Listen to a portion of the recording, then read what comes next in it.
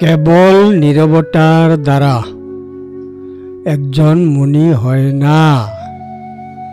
Cable নীরবতার দ্বারা একজন মুনি হয় না।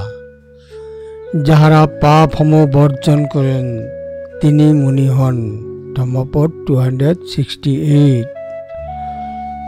একজন অজ্ঞ ব্যক্তি মূর্খ এবং আপাতদৃষ্টিতে বিভ্রান্ত নীরবতা পালন করতে পারে, কিন্তু এটা তাকে মুনি করে না।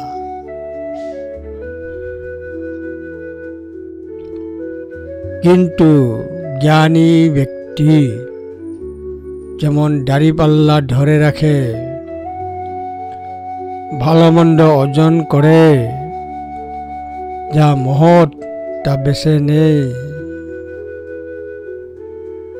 যদি বিভ্রান্ত ও মূর্খ হয়, নীরবতার দ্বারা একজন ঋষি হয় না। নীরবতার দ্বারা একজন ঋষি হয় না।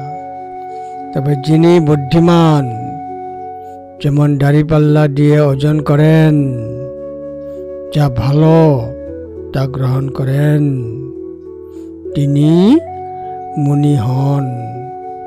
ধম্মপদ 268।